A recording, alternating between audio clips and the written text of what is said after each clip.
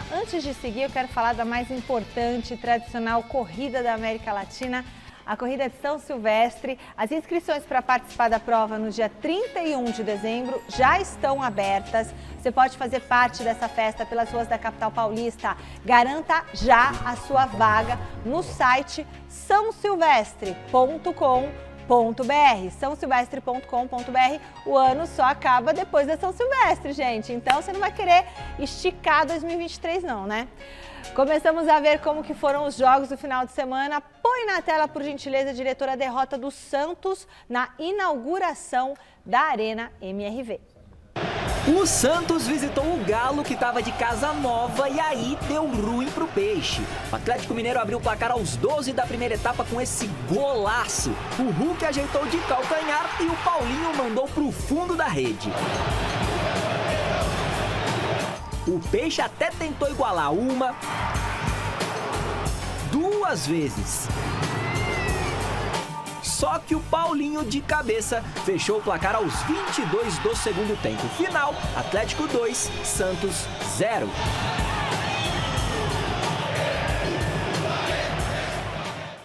E o pessoal falando, porque quando o Palmeiras inaugurou a Arena, perdeu. Quando o Corinthians inaugurou a Neoquímica Arena, perdeu. Mas não foi o caso. Não se configurou uma derrota do mandante.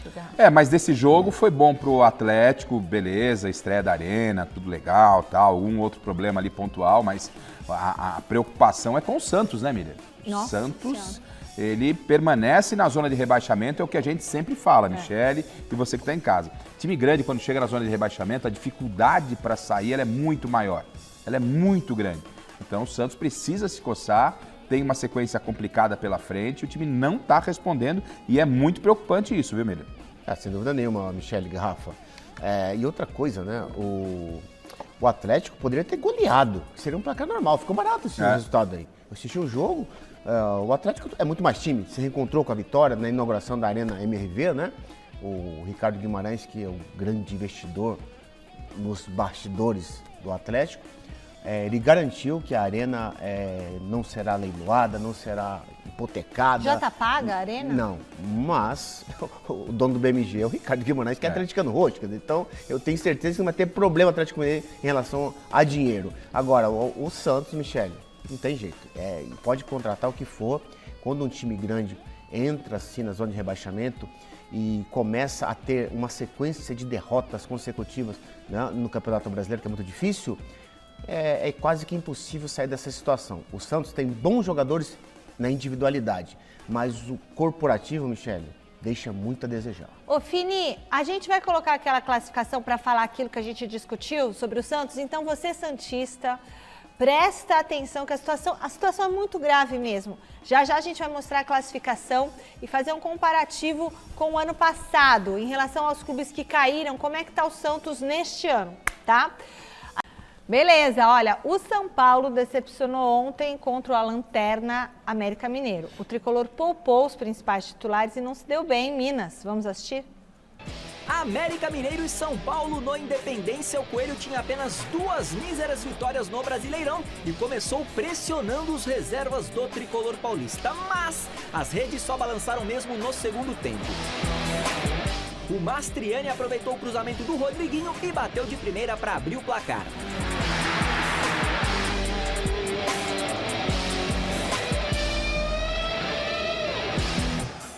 O centroavante do Coelho foi de herói a quase vilão logo depois. Veja só você. Carrinho inexplicável do Mastriani no lateral Wellington e vermelho direto para o jogador do América Mineiro.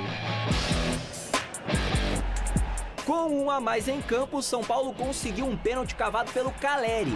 O Alexandre Pato foi pra bola, bateu e parou no goleirão Matheus Cavicchioli. Só que no rebote, o próprio Pato empatou. 1-1 no Independência.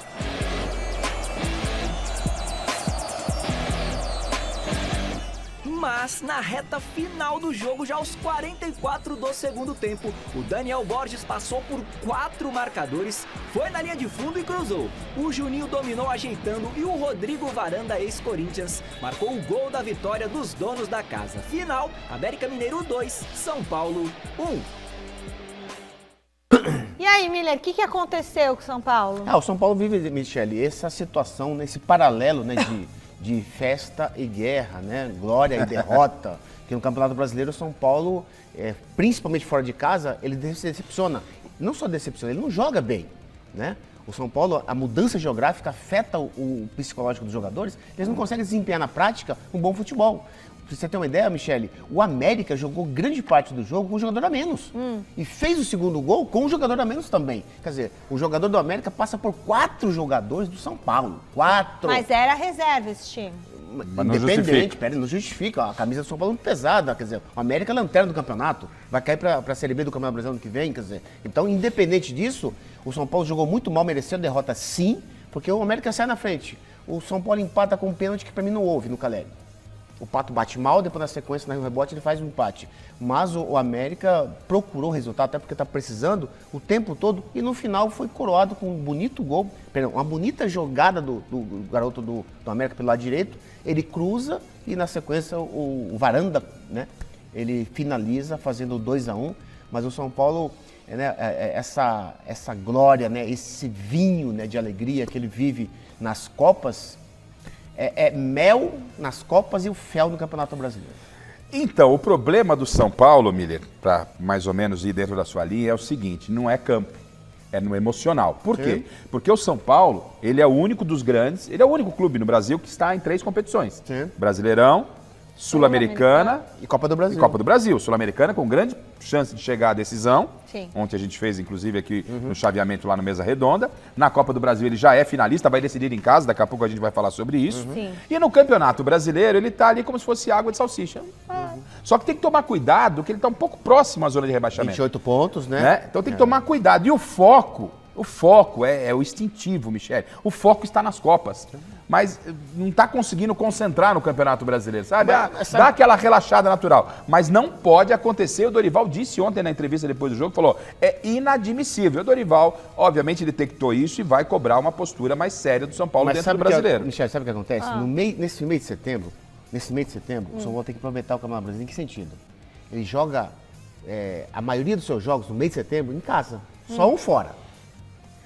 Em outubro vai ser mais difícil, porque joga 4 fora e só um em casa. Ai. Quer dizer, então, o São Paulo vai ser campeão de Copa, de uma das Copas, ou das 2 Copas, vai ser campeão, tem grande chance. Agora, e se lutar para não cair no Campeonato Brasileiro? Até porque você joga contra o América, pega um Curitiba, pega um Cuiabá, a dificuldade é a mesma, até porque eles estão desesperados, querendo sair lá de baixo.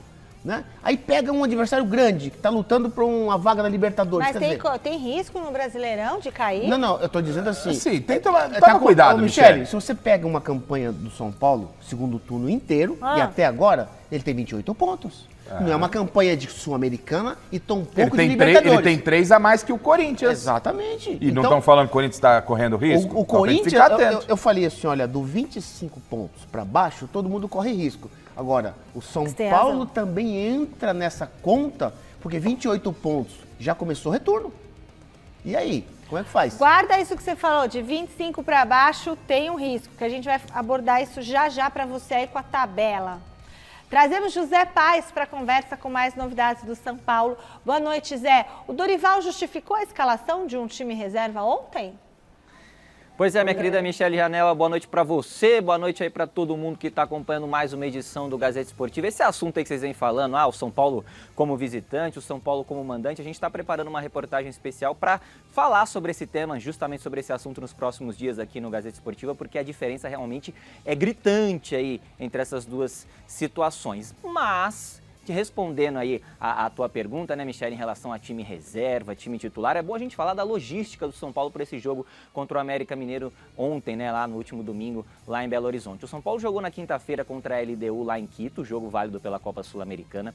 Aí o São Paulo ficou na sexta-feira em Quito e ele foi para Belo Horizonte só no sábado. chegou no sábado lá em BH às 9h30 da noite, muito tarde, para jogar no dia seguinte às 4 horas lá na Arena Independência. Então, claro que o Dorival teve que mexer nesse time. De titular mesmo hoje do São Paulo, nessa partida, a gente teve o goleiro Rafael, teve o Pablo Maia também, o Rames jogou, que no futuro deve ganhar a condição de titular, mas mexeu muito no time o técnico Dorival Júnior. Ele vai responder pra gente agora o porquê dessas modificações aí, claro, já entrando nessa questão da logística, das viagens aí, da viagem que o São Paulo teve que fazer de Quito lá para Belo Horizonte. Vamos ver o Dorival. Todos os jogadores são titulares na minha equipe. Eu não defino uma equipe titular e uma equipe reserva. Fizemos o que foi melhor, colocamos em campo a melhor equipe fisicamente falando, e era uma equipe que poderia ter dado uma resposta, com certeza, alcançando um grande resultado. Eu acho que a equipe de São Paulo é uma equipe preparada para poder jogar em qualquer circunstância, qualquer condição, com qualquer formação que seja, e que tenhamos uma consistência um pouco maior, para que não deixemos pequenas situações interferir no resultado que vem acontecendo. Na grande maioria dos jogos, são situações isoladas que nos tiram a possibilidade de resultados melhores.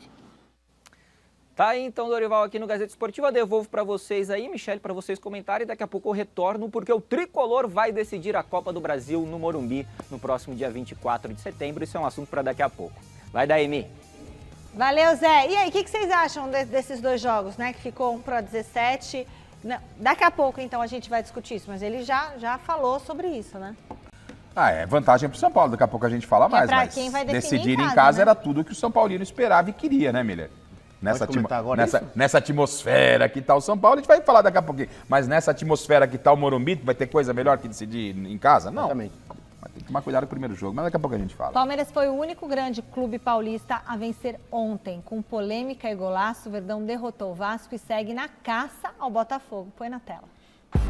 Quando a fase é boa, nada atrapalha. Nesse domingo, o Palmeiras estreou o uniforme, contou com 40 mil torcedores no Allianz e ainda se livrou de sair atrás no marcador depois desse belo gol de Paulinho por causa do pé de Verratti no início da jogada.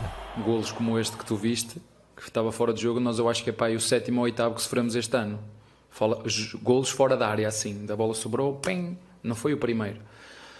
Felizmente, porque a sorte existe, né? Sorte ou felicidade, que vocês quiserem chamar. Apesar do susto, o Verdão dominou completamente o Vasco. O problema é que a pontaria não estava das melhores. E pouco antes do intervalo vieram preocupações importantes. Primeiro com o Dudu, que torceu o joelho sozinho, teve que sair. Depois com o Gabriel Menino, que foi pro vestiário mancando e mostrando uma proteção na coxa. Eu tenho uma lesãozinha aqui, né, que com esse calendário é muito difícil curar, né? Então acho que eu tô tomando o máximo de cuidado, que essa dor não vai me tirar desses jogos, muito menos de decisões. Com o Menino e companhia, o Palmeiras voltou pro segundo tempo acelerando o jogo, pressionando o Vasco, criando chances, mas estava difícil do gol sair. E aí apareceu a arma fatal desse time de Abel Ferreira, a válvula de escape para quando os jogos estão amarrados, como aconteceu aqui contra o Vasco. Eu tô falando, claro, da poderosa bola parada do Palmeiras. Os jogadores que estão no Palmeiras são diferenciados porque têm a capacidade de, em determinados momentos, conseguirem resolver o jogo individualmente. E quem decidiu dessa vez, aliás, mais uma vez, foi Rafael Veiga. O homem acertou o ângulo de Léo Jardim e garantiu mais 3 pontos para o Palmeiras no Brasileirão. Eu vi um pouco o goleiro deles bem no meio ali. E eu pedi para o Gustavo ficar um pouco na frente para atrasar um pouco a visão dele. E eu decidi bater no canto dele, porque eu acho que era mais fácil da bola passar do que bater por cima da barreira. Confesso que o Botafogo tem tudo para ser campeão. É uma grande equipe, tem feito um bom campeonato. Mas eu sei também que, assim como o ano passado nosso, que a gente estava alguns pontos na frente e realmente tem uma pressão de não perder porque os times estão chegando, eles têm também isso. Então, assim, tem muito campeonato pela frente. A gente não tem que olhar para o Botafogo agora, tem que concentrar em fazer nosso trabalho, jogar cada jogo, somar pontos e lá na frente a gente vai ver como fica o campeonato. E golaço de falta do Rafael Veiga, hein? O Veiga voltando a boa fase, né, Miller? É importante você ter um cara com essa qualidade, voltando a uma boa fase. E eu gostaria de, não estava lá, mas gostaria de ter perguntado ao Abel o seguinte, se ele já esqueceu essa história do sistema. Ah, você está voltando nisso, Garrafa? Não, mas para deixar bem claro, né? Se ele já pagou, a comissão técnica pagou, que existia um sistema para prejudicar o Palmeiras. Lembra do sistema? Ah, sim. Porque ontem, mais uma vez, a arbitragem favoreceu o Palmeiras. Favoreceu o Palmeiras. O Palmeiras não tem culpa de nada, mas favoreceu o Palmeiras. Foi polêmica ontem no Mesa. Todos os árbitros explicaram o que acontece. Só para a gente explicar novamente aqui, ó. Esse gol aí do Vasco da Gama foi um gol legal. Estava impedido? Estava impedido. Só que o VAR ele só pode entrar, se é certo ou errado, se a regra é correta ou não, mas a recomendação é. O VAR ele só é chamado em lance de gol, certo? Só que, como no lance ali, ó, nesse lance aí não saiu o gol, ó, aí tá... Se tivesse saído o gol, aí o VAR ia ser acionado, ó. Aí a bola continua... Tá. Quando a bola cai no Richard Rios, no entendimento da arbitragem, ninguém do adversário está próximo a ele, foi uma decisão dele. Ele poderia ter parado a bola, ele poderia ter saído com ela, ele poderia ter jogado para o campo de ataque, foi o que ele fez, só que ele pegou mal na bola e caiu no pé do Paulinho. Por isso é uma nova jogada, segundo a visão da arbitragem. É um novo lance, então o VAR não deveria ser chamado, vale a decisão de campo. E a decisão de campo foi que a jogada seguisse. Se naquela hora lá, do toque de cabeça, acontece um gol, aí o VAR entra. Como não saiu o gol, só que o gol saiu lá. E no entendimento da arbitragem, no momento que a bola vai no Richard Rios, é um novo lance, ó. Se sai aí, ó, até aí, ó, tá impedido. O VAR teria que entrar, mas a bola não entrou. Bom, a bola não entrou. Começa uma nova jogada. Começa ali, ó. Começa agora ali. Quando aí tá... isso é uma nova jogada. É uma nova jogada. E aí não tem impedimento, gol legal. Então era importante o Abel saber, porque o Vasco está reclamando direto, vai a CBF agora reclamar também.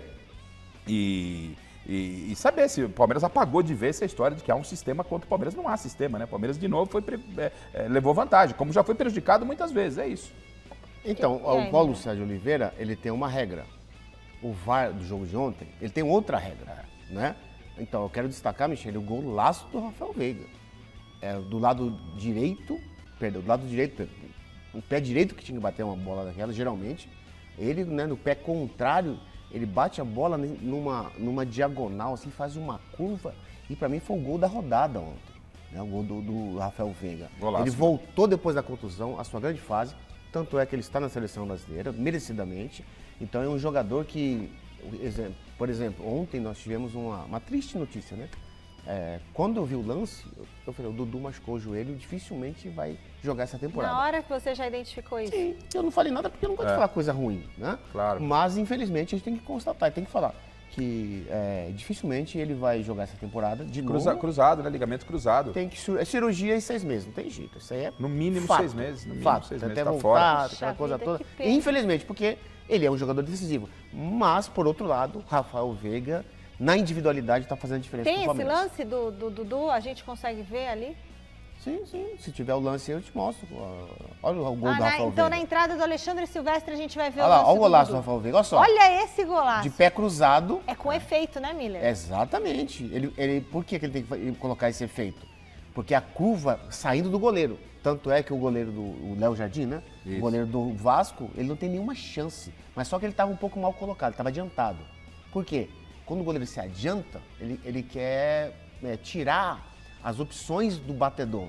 Mas só com o Rafael Veiga foi perfeito. Perfeito. Já você vai ver tudo o que aconteceu com o Dudu. Alexandre Silvestre vai mostrar para vocês, vai explicar a cirurgia que ele vai ter que passar, o que aconteceu, tá certo? Bom, a péssima notícia do Palmeiras é isso que o Miller já deu uma adiantada. Ontem foi a lesão do atacante Dudu. O Alexandre Silvestre está chegando para explicar os detalhes da situação do jogador. Boa noite, Silver. Boa noite, Michele. Uma pena, né? O Dudu se machucou sozinho, pisou em falso, deu aquela viradinha no joelho. Recuperação de 6 a 8 meses, normalmente esse tipo de lesão, que é o ligamento cruzado anterior, no joelho direito do Dudu com um agravante. Lesionou também o menisco. Ele vai ficar de molho uns dias, em breve será operado, e aí uma fisioterapia pesada, solitária, complicada, que requer muita força mental e física do jogador, que vai ter que superar dor, recuperar a confiança e só volta a jogar bola no ano que vem. É capaz até do Dudu, é capaz dele perder, inclusive, o Campeonato Paulista de 2024. O Dudu que não vivia uma temporada tão boa assim, apesar de títulos, de 3 gols, de 7 assistências. Para muita gente ele caiu de produção, eu ainda acho que ele estava dando conta do recado, mas realmente não estava jogando tudo que já jogou. O Dudu que é o símbolo da virada do Palmeiras no século XXI, da retomada de grande conquista, de grandes conquistas, o chapéu dado quando foi contratado em cima do São Paulo e do Corinthians. Dudu é o símbolo desse renascimento do Palmeiras vencedor, campeão de quase tudo. Vai fazer muita falta, Michele. Ele já postou nas redes sociais que está muito triste, angustiado, mas que voltará com muita força. Recebeu o apoio dos colegas, dos jogadores, do elenco, até do Lucas Moura, atacante do São Paulo, que fez um comentário lá na postagem do Dudu, que o gigante Dudu, que o baixola Dudu, que o guerreiro Dudu retorne o quanto antes, mas só para 2024. E aí as possibilidades, né? Porque o Dudu joga na ponta esquerda. Quais as opções do Abel? Amanhã eu vou trazer com detalhamento tático tudo que o Abel pode fazer e até já fez. Tá? Mas de cara eu posso dizer para vocês, de repente o Rony vai para a ponta esquerda e entra Lopes de centroavante, ou o Hendrick, que está em baixa. Outras possibilidades mais simples, Breno Lopes, que quando entra no time costuma dar um caldo, mas quando começa jogando nem sempre. John, uma possibilidade, simplesmente no lugar do Dudu, jogando na ponta esquerda. Ou até mesmo uma mudança maior, que é deslocar o Arthur para a ponta esquerda e colocar ou o Mike jogando mais adiantado na direita, ou até mesmo o Gabriel Menino, aí com o Richard Rios ganhando uma vaga no meio-campo. Já já eu volto para falar do zagueirão Gustavo Gomes. Será que o Palmeiras vai perder também o Gomes? Só que aí pro futebol da Arábia Saudita, é já já no Gazeta Esportiva. Nossa, aí o Abel vai embora, que ele falou que se perdesse essas peças, ele também vai embora. Eu quero saber o seguinte, essa lesão do que a gente viu aí, né, nas imagens, ele pisou sozinho e se machucou. Você acha que já tinha alguma coisa comprometida? Será que já estava com algum machucado? Não. Sabe o problema? Não. Eu sou contra o gramado sintético. Ele prende, né, Miller? No profissional. Ah, foi isso, então? O sintético no society, brincadeira, escolinha, isso é uma outra coisa. Agora, em futebol de alto rendimento, ou seja, no Mas não é profissional. misto esse gramado? Esse gramado sintético. Palmeiras sintético, do Corinthians é misto. Para profissional, não presta. Não serve. O Dudu machucou sozinho porque é grama sintética. Olha só. O Flamengo, eu apoio o Flamengo. O Flamengo é totalmente contra a grama sintética. Tanto é, Rafa, que o Maracanã recebeu uma proposta. Para mudar tudo. Para colocar grama sintética. Ele não quis. O Flamengo, como tem um acordo, né? Necessário disso, com o Maracanã, com a Suderj, ele diz, se vocês colocarem grama sintética, o Flamengo manda os seus jogos em outro estádio, outro campo. Quer dizer, vai ser uma perda muito grande, seria uma perda muito grande pro Maracanã. Porque eles entendem, o Flamengo, assim como eu, que a grama sintética para o jogador profissional, entendeu? É muito ruim. É contusão, 90% de possibilidade. O Miller não é o único que defende essa tese, não, Michele. E aí a gente não pode nem discordar, porque ele teve lá dentro, ele sabe né, o que é você jogar numa grama e o que é jogar no sintético. O sintético realmente prende. Ele dá. A chuteira, a trava, é isso? É isso, não tem, né? A grama, você acaba. Você não tem se adapta. Não tem a moleza, né? O fofo da grama. O fofo da grama normal. Não tem no sintético. O sintético é mais duro, então? Isso, é como se estivesse jogando. Eles colocam um borrachão por baixo, é bem verdade, a grama. Mas é muito diferente. Mas não tem nada a ver com a grama natural. Então há uma preocupação de se deixar a manutenção do gramado, o gramado fica bonito, mas aí você corre o risco do atleta acontecer o que aconteceu com o Dudu. Então é algo que a gente lamenta. É igual a do Ronaldo Fenômeno? Essa ligamento cruzado anterior? Não, do Ronaldo é mais grave. Soltou a patela, né? A dele foi da patela. Do Ronaldo é assim, em 3 lugares, quer dizer, ele teve que reconstruir o joelho do Ronaldo, né? Não, Dudu não. É o cruzado, cirurgia, 8 meses ele volta só. Corinthians empatou no fim de semana e já está com a cabeça voltada para a Sul-Americana. Quem chega com as notícias para a gente é a Marina Buffon. Boa noite, Má. Já saíram os relacionados do jogo de amanhã? Fala, Mi, boa noite para você, para todo mundo que está acompanhando a gente aqui nesta segunda-feira no Gazeta Esportiva. Saíram os relacionados sim, a gente tem 3 baixas confirmadas. O Fagner, que segue de fora por conta de um problema, né, uma lesão muscular na panturrilha.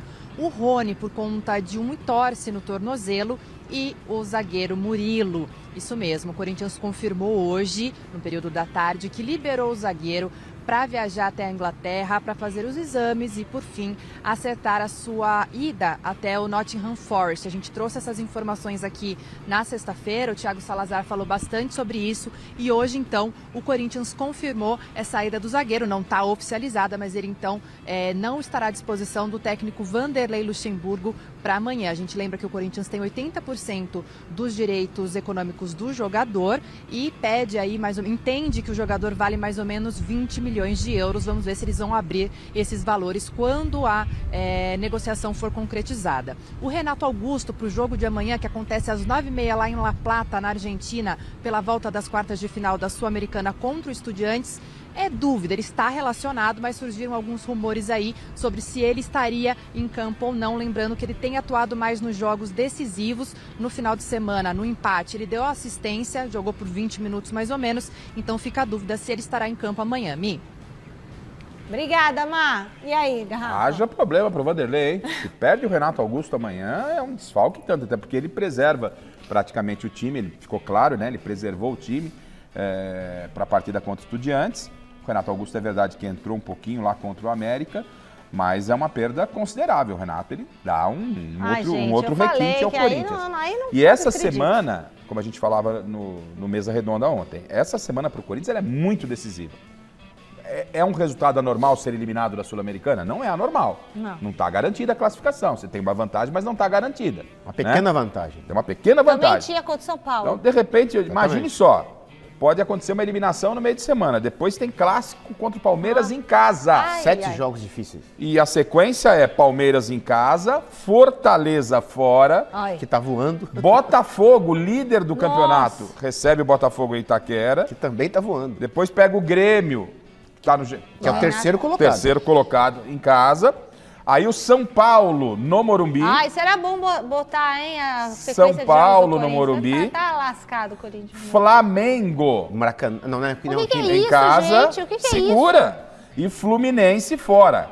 Mas por que tudo isso? Porque é a sequência. Por isso que a gente trouxe ontem no Mesa Redonda. Exatamente. E mostrou que aquele empate com o Goiás foi muito, mas muito ruim, Michele. E preocupante. Então, tudo pode ser diferente? Esse ano não dá pro Corinthians. Tudo pode ser diferente. O Corinthians pode voltar classificado amanhã. Eu não acho. Corinthians e Palmeiras, tudo pode acontecer. Pode ganhar do Palmeiras. Sim. Mas é uma semana daquelas pro Corinthians, viu? Olha, Michele. Renato Augusto não vai jogar isso? Não. Dúvida. Não. Se Na ele minha não jogar... sensibilidade de boleiro, ele vai jogar. Vai jogar o Até quanto porque der, né? não teria razão do Vanderlei ter poupado no jogo passado. Se ele poupou, é pra jogar amanhã. Vai jogar. Então, o Renato Augusto estará em campo amanhã. O quanto ele aguentar, né? Exatamente. Mesmo não estando em plena forma, mas ele, sem forma, ele é melhor que todos que estão em forma lá. Então, porque se ele não jogar, acabou. A gente não é melhor nem jogar. Não, ele é diferente, realmente. Ele é um diferente. A luz dele é diferente. Quando a gente fala luz, assim, a qualidade dele é diferente. A qualidade. Né? Eu já falei que ele em plena forma, junto com o Arrascaeta, ele é melhor que o Arrascaeta. Até porque ele tem o poder do improviso. O Arrascaeta também tem, mas eu acho que o Renato Augusto... Até porque o Renato Augusto já disputou a Copa do Mundo, já foi para fora do país. O Arrascaeta foi para a Copa do Mundo a passada só. Não foi em 2 Copas do Mundo. Bom, vamos prestar atenção na tela com a classificação atualizada do Brasileirão. É para eu ir de pé, né? Então, olha só. O Botafogo continua no primeiro lugar com 51 pontos, gente, 51. O Palmeiras é o segundo, com 40. Em seguida chegam Grêmio, Flamengo e Fluminense. Logo depois tem, na outra página, Red Bull Bragantino, Atlético Paranaense, Fortaleza, Atlético Mineiro e Cuiabá. Virando a página, São Paulo, quantos pontos? 28. Cruzeiro, 25. Corinthians com 25. Um jogo a menos. Inter 25. e Goiás, 24 pontos. O primeiro time fora da zona de rebaixamento é o Bahia. O Santos abre a área de queda com 21 pontos. Para vocês terem uma ideia, no ano passado, olha só, Mineiro, no ano passado, nessa mesma rodada, o Ceará tinha 25 pontos, estava aí acima do Santos e acabou caindo lá no final. Então, seguindo aqui, temos ainda Vasco, Coritiba e América Mineiro. Ali, América e Curitiba, Já foram. Pra mim já foram. O popular abraço pro Gaiteiro, já ouviu, Exatamente. né? Já caiu? Pra mim já caíram os dois. Agora, América e Coritiba. Vasco, perdão, agora... Do Vasco pra cima? Isso, do Vasco pra cima, aí é um monte que vai brigar, porque lógico, Duas são vagas. Duas vagas, vão brigar entre eles. Então, o Santos briga pra não cair com Bahia. Vasco, com Bahia. Aí tem que dar pra pôr a página anterior? É Vasco, Bahia, São Paulo... São Paulo e Corinthians? Não. Não, Então, pera, ó. Corinthians... Isso, quer ver? Vamos lá, ele vai Olha virar lá. a página agora. Aí, ó. Então, tá aí, ó, olha lá. Goiás, Inter e Corinthians. Sim, e Cruzeiro com 25. Ah, o São Paulo tá longe, Milé. Não, o São Paulo tem 3 pontos acima dos 25, certo? É. A campanha, se você ver a campanha do São Paulo, não é uma campanha de Libertadores. Muito menos os de 25, Cruzeiro, Corinthians, Internacional e Goiás, que está com 24. Ali todo mundo corre risco de Pela rebaixamento. sequência do Corinthians, Miller, então a gente fez aqui, né? Santos, Vasco, que estão lá na zona de rebaixamento, mas eles podem sair, estão na briga. Aí eu coloco Bahia, Cruzeiro, Inter e Corinthians. Sim. Inter e Corinthians. O São Paulo, eu não Paulo- colocaria. o São Mas Paulo- você está colocando pela matemática. Pela matemática, pela bola, o São Paulo está jogando muito mais bola que todos esses de baixo. O Inter também eu acho que pode sair. O São Paulo tem mais time que todos esses de baixo. O São Paulo tá A bem nas surpresa Copas. pode ser- O São Paulo não corre risco, não. Agora, do 25 para baixo, Michele, todos correm risco. A surpresa pode Até ser porque o não estão Corinthians. jogando nada. Mas, gente, você Olha, acha que essa o Corinthians... sequência, Ô, Michele, ela é assustadora. Essa sequência do Corinthians. Vamos passar a sequência do Corinthians de, De novo. novo, Pena que a gente não tem vai a pôr aquela telinha, mas música, vamos- sabe aquela música do Michael Jackson, Thriller? Você tem pode pôr a música do sequência Michael com o Jackson, Thriller. ô Barducho? Você põe, Aquela... se põe aquela lá, e eu leio aqui, o cara já fica assustado. quer ver? Atenção, corintiano. Olha só, o que vem pela frente. Atenção, vai, primeiro jogo. Primeiro jogo. Palmeiras. Não, não é o Estudiantes? Não, é o Estudiantes, entendi, né? mas você Campeonato tá Brasileiro. focando só no brasileiro. Palmeiras em casa. Palmeiras que tá bem na Libertadores. Fácil. Depois vai ter que ir lá no Castelão jogar com Fortaleza. Fortaleza, Ai, ai, ai. Fortaleza que está voando no campeonato. Voando. Depois joga em casa. Mas sabe contra quem? Flamengo. Contra o líder do campeonato, o Botafogo. Botafogo. Ai, Regularíssimo eu acho Botafogo. eu acho Né? que só empata com o Fortaleza e Aí perde você os outros tem dois. Grêmio em casa. Não ganha. São Paulo no Morumbi. Já derrota, porque o tricolor vence. Agora vem uma babinha. Flamengo no Maracanã. Ai, gente, ele não Ah, mas agora vem um bom, vai. Ah. Fluminense.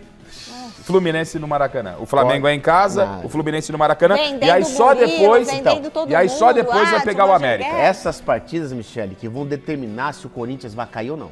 Se perder, tipo, tudo isso, caiu. Esses, ó, aí são 7 jogos? 7 jogos, são 21 pontos. 7 vezes 3, 21. Desses 21 21 pontos aqui, Se ele fizer 7 pontos.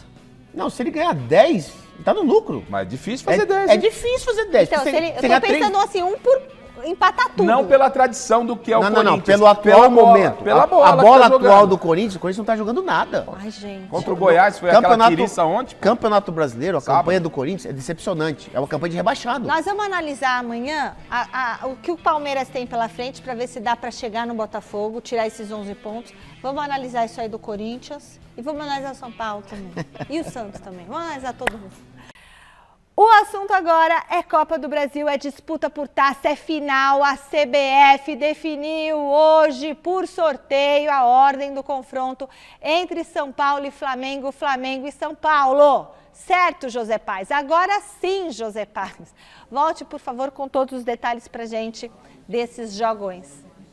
Pois é, Michele, hoje em sorteio lá na sede da CBF, na cidade maravilhosa, no nosso glorioso Rio de Janeiro, ficou definido o seguinte: primeiro jogo 1 da final da Copa do Brasil, será disputado então no estádio Jornalista Mário Filho, o famoso Maracanã, no dia 17 agora de setembro, às 4 da tarde. Jogo 2 no Cícero Pompeu de Toledo, famoso Morumbi, no dia 24 de setembro, ou seja, o tricolor aí do Miller vai decidir em casa a Copa do Brasil. Lembrando que nessa temporada o São Paulo está muito bem em casa, né? né? Fez 26 jogos em casa no Morumbi, ganhou 16 fora de casa, que tem sido o problema, né? Para vocês terem uma ideia aí, na Copa Sul-Americana agora o São Paulo fez 4 jogos como mandante, ganhou todos. Vem aí de uma virada para cima do São Lourenço, na Copa do Brasil virada para cima do Corinthians depois de perder o primeiro lá na Neoquímica Arena. Agora vai ter que virar também contra a LDU, né? Perdeu o primeiro lá em Quito. Vamos ver como que o São Paulo se sai aí na próxima quinta-feira. Claro que a gente vai trazer tudo para vocês aqui no Gazeta Esportiva. Mas falando de Copa do Brasil, hoje lá na sede da CBF estiveram presentes aí o técnico Dorival Júnior, o Caleri e também o Rafinha por parte do São Paulo, além, é claro, do presidente Júlio Casares. E a gente vai conferir aí uma palavrinha do Dorival falando exatamente sobre isso aí, o mando da finalíssima, o mando do jogo 2, então, sendo do São Paulo. No Morumbi acontecerá essa segunda partida, a grande final. Vamos ver o que disse o Dorival sobre esse assunto. Para mim, o que vai marcar realmente é a possibilidade de mais uma disputa de final. É a minha quarta disputa de Copa do Brasil e o principal é que possa satisfazer ao clube, que o São Paulo possa fazer a melhor competição possível. Flamengo e São Paulo chegaram por merecimentos a esse momento. São grandes equipes, independe de estarmos jogando no Maracanã ou no Morumbi, não existe um favoritismo. É natural que estejamos, né, à frente do nosso torcedor na partida final, porém o Flamengo também terá a nação ao seu lado na primeira partida. Então, eu acho que se chegamos é porque tivemos merecimentos. A decisão caberá à luta deles em campo nessas duas partidas, que serão com certeza memoráveis e poderão ficar marcados na vida de cada um dos clubes. Então, a gente tem o primeiro jogo lá no Maracanã, 17 de setembro. Dia 17 de setembro. 2 domingos. Isso. E o segundo jogo 24. aqui. Morumbi. 24 de setembro. Michele, sabe o que acontece? Assim, se eu falar como torcedor São Paulino que sou, claro que decidir em casa, todo mundo quer, né? O São Paulo vai lá no Maracanã, faz um resultado. Arranca o empate. Até porque o São Paulo está jogando muito bem as Copas, e decide no Morumbi. Aí sim o São Paulo vence o Flamengo no Morumbi, não é com tranquilidade, com merecimento. Porque o São Paulo no Morumbi, ele faz a diferença mesmo, porque a torcida empurra. Ai, e o time, ele responde muito positivamente. Agora, no mata-mata, assim, Michele, são 2 jogos decisivos, o que acontece? O que vai determinar o título é a primeira partida. É o primeiro jogo. Exatamente. O Flamengo mete 3. Por isso eu gosto de jogar primeiro em casa. O Flamengo mete 3 no São Paulo, no Maracanã. Acabou. É difícil Acabou. reverter. É difícil. Agora, o São Paulo empata, ou ganha, ou perde de 1-0 no Maracanã. É uma pouca diferença que o São Paulo tira aqui no Morumbi, com certeza, e vai ser campeão da Copa do Brasil pela primeira vez. Contra o Cruzeiro, eu jogava pelo Cruzeiro, o São Paulo decidiu a segunda no Mineirão. E nós ganhamos o título. Nós ganhamos de virada, exatamente, por 2-1. O senhor participou do gol do título. Exatamente. Agora, o São Paulo, pela primeira vez, vai decidir em casa, diante de 60 mil tricolores. Então, eu tenho certeza que o São Paulo vai jogar bem no Maracanã, né? Não tá jogando bem fora de casa no Campeonato Brasileiro, Rafa, mas lá é uma decisão, é diferente. O São Paulo tem que ir lá e não perder. Porque quando chegar no Morumbi, Michele, com certeza o São Paulo vai sair campeão pela primeira vez na sua história da Copa do Brasil. O ano passado, o Corinthians e o Flamengo decidiram a Copa do Brasil, o primeiro jogo na Arena Itaquera, e muita gente dava o Flamengo como grande favorito. O Corinthians empatou com o Flamengo em casa. E foi lá no Rio e empatou com o Flamengo no Rio e a decisão foi para os pênaltis. Sim. Então, eu gosto de decidir a primeira em casa. Eu acho que você fica mais livre para fazer o resultado. Menos pressão também, né? É isso, entendeu? Você faz uma... Eu gosto da primeira partida em casa. Eu gosto da primeira em casa. A primeira partida em casa... Porque você vai jogar... A responsabilidade é do mandante. Isso, claro. Se você quer ser campeão, você vai ter que vencer. Dentro de casa. Se você não vencer dentro de casa, fazer você a diferença. Então, você já ganha 2, 3 gols. Só que para esse caso específico do São Paulo, com esse momento que o São Paulo está vivendo, eu acho bom. De que jogar no Morumbi tem sido uma arma fundamental, e ele deu mostras na temporada que ele consegue inverter situações adversas no Morumbi. Esse sorteio favoreceu o São Paulo. Nesse momento, não tem como não dizer. Para mim que gosto, repito, de decidir a primeira jogando a primeira em casa. Mas nesse caso do São Paulo, e o São Paulo está muito feliz porque decidir no Morumbi hoje é um baita reforço para o tricolor. Até porque, Michele, o Flamengo tá mais para baixo do que para cima, como bola. Agora o São Paulo não. o São Paulo nas Copas tem sido regularíssimo. É verdade. Por isso que, para mim, o São Paulo é favoritíssimo ao título da Copa do Brasil. E nem o torcedor do Flamengo aguenta mais o Não, técnico. absolutamente. Olha, tem Palmeiras, tem mais Palmeiras por aqui. A expectativa da torcida do Verdão sobre o futuro do Gustavo Gomes só aumenta. Ô Silvestre, será que o zagueirão vai sair? Então, Michele, ele tem contrato até 2026, capitão pilar do time do Abel Ferreira. Recebeu já uma proposta do Al Ittihad da Arábia Saudita, 18 milhões de dólares. Proposta recusada. Proposta subiu para 30 milhões de dólares. A Leila não quer vender nenhum dos principais jogadores. Mas se chegar o valor da multa rescisória, aí não tem jeito. Multa rescisória, 50 milhões de euros. Lembrando que os sauditas têm dinheiro a rodo, né? Então acho que a Leila vai segurar mais um pouco para tentar subir. Mas a ideia não é vender o Gustavo Gomes. O problema é que tanto o Gomes quanto o staff do Gomes, por mais amor que o paraguaio tenha com o Palmeiras, parece que o Gomes quer ir. Mas vamos ouvir o que disse Abel Ferreira a esse respeito ontem. A resposta do Abel, na minha visão, se fosse palmeirense, eu ficaria preocupado. Fala aí, Abel. São números absurdos, quer para o clube, quer para o jogador. São números absurdos, acho que vocês entendem o que eu digo, são números muito grandes, quer para o jogador, quer para o clube. Mas temos uma líder que tem que tomar decisões. O que vai acontecer no futuro eu não sei, como te disse. Eu tenho uma admiração e uma estima muito profunda por este jogador que hoje jogou como se fosse a primeira vez dele no Palmeiras. É isso. Ele acaba por ser um exemplo para todos nós, para mim enquanto treinador, para os mais jovens enquanto jogadores, para os outros colegas que também o acompanham, o que ele faz, o que ele se dedica, o que ele renuncia. Eu nunca vi na minha vida, eu não conheço o Cristiano Ronaldo, a gente fala no Cristiano Ronaldo que faz e acontece. Eu o Gomes conheço e é um absurdo o que ele faz, ele merece todo esse dinheiro e se calhar mais, porque realmente é um jogador fora de série. E um homem de um caráter absurdo. Que legal, hein? Que bom, gostoso receber um elogio desse, né? Sem dúvida nenhuma, Michele. Infelizmente, Michele, a janela dos Emirados Árabes, ela fecha 20 dias depois da janela europeia. De propósito, acho. Então, né? Para pegar na verdade, financeiramente, não tem que se comentar nada. Financeiramente, como diz o americano, nem conteste. Agora, perder um Gustavo Gomes, Michele, na atual situação, na regularidade que ele tem, né, no Palmeiras, é uma perda hoje irreparável. Até porque estamos nos caminhando para o final da temporada.